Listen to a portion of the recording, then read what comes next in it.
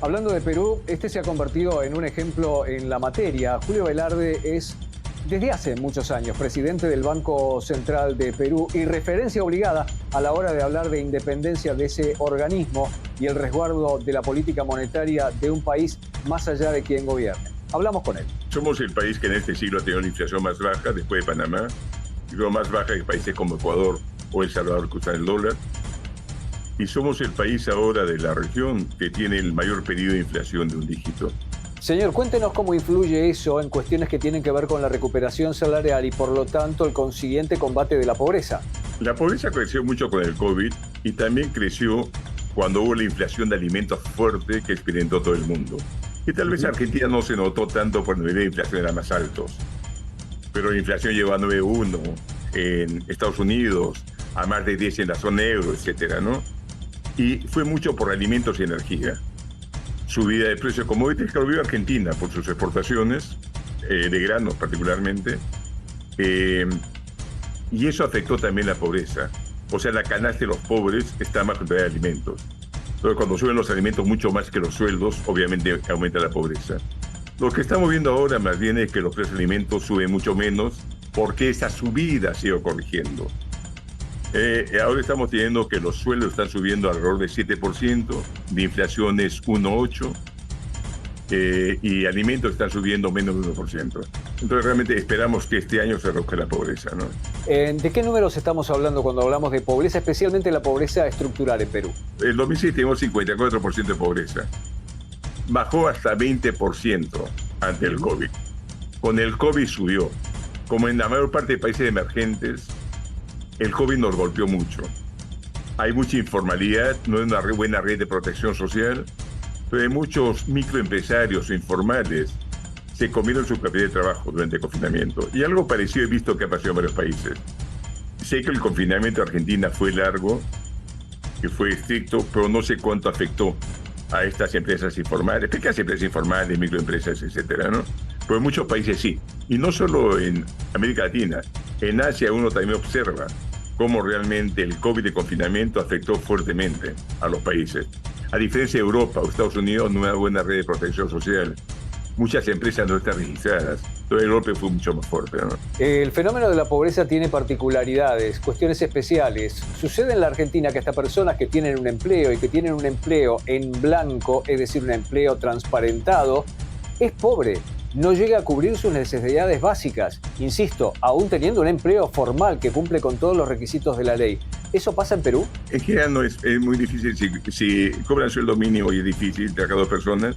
No, lo que pasa, no sé, no quiero meter en la parte de Argentina, bueno, conozco suficiente.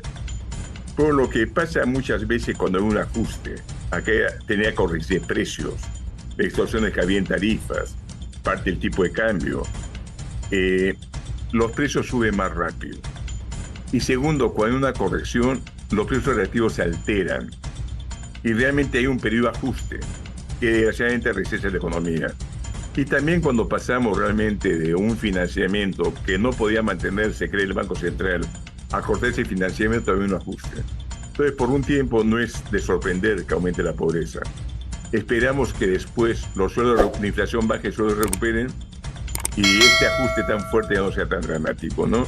Es lo que he visto en otros países y esperemos que eso pase también en Argentina, ¿no? Eventualmente ese proceso podría haberse tímidamente comenzado a producirse en la República Argentina. En el mes de enero superaba largamente la inflación mensual, el 20%. Hoy está un poquitito arriba del 4,2%. Eso podría perforarse. A ver, eventualmente la macro estaría más ordenada. Y eso podría traer inversiones, eso generar negocios, eso generar a la vez empleo y mejorar la situación social. Pero eso también va a demorar, señor. Y en el mientras tanto, ¿qué es lo que pasa? ¿Cómo actuó Perú cuando tuvo que normalizar ese periodo? Y en todo caso, ¿podría llegar un periodo de derrame? ¿Cómo se producen esos fenómenos? Nuestro ajuste fue bastante más dramático. Nosotros subimos la gasolina 3.300%, electricidad 800%. Los ajustes eran mayores. Cuando se compare lo que sufrimos más al gobierno de Salvita Perón. Políticas parecidas, aumento de demanda con control de precios, llevó a desequilibrios muy grandes. Incluso creo que mayores que lo que ustedes tuvieron con el regazo cuando lo aplicaron. Entonces el ajuste se ha sido dramático, pues la recuperación fue rápida. digamos, en 7, 8 meses ya se tenía casi el nivel preajuste. Lo que nos haya perjudicado a ustedes también, pero no tan dramáticamente, fue todo el proceso de hiperinflación.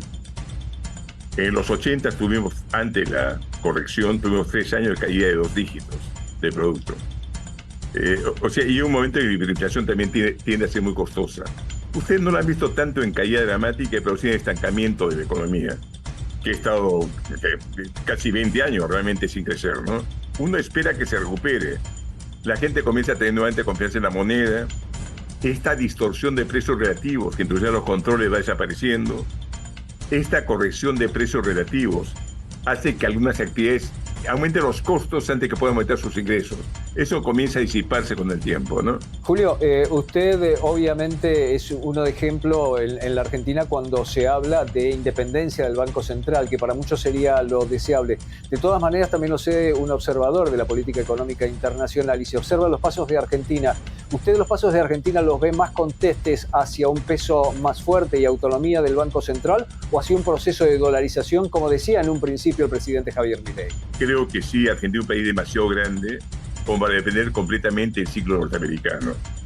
Es decir, tendría que tener las tasas de Estados Unidos, aunque esté en recesión y Estados Unidos ha subido sus tasas, o al revés. Entonces, realmente creo que sí es un problema. Y creo que, como ha tenido la mayor parte de los países de sus vecinos, todos realmente han conseguido dominar la inflación sin dolarizar, ¿no? Incluso, no voy a criticar a Ecuador, pero cuando Ecuador lo hizo, creo que había cierta ilusión de colorizando casi desaparecer el déficit. El déficit sigue, sea en pesos o sigue en dólares. Uno tiene que después corregir las tarifas. Y cuando corrige puede realizar maguar las tarifas. Hubo protestas en las calles enormes porque tenía que subir la gasolina, subsidios, etcétera, ¿no? Y terminó cayendo maguata al final, ¿no? O sea, no es tan fácil. Pero en verdad es una ciudad argentina, no quiero meterme, pero sí tiene que pensarse mucho, ¿no?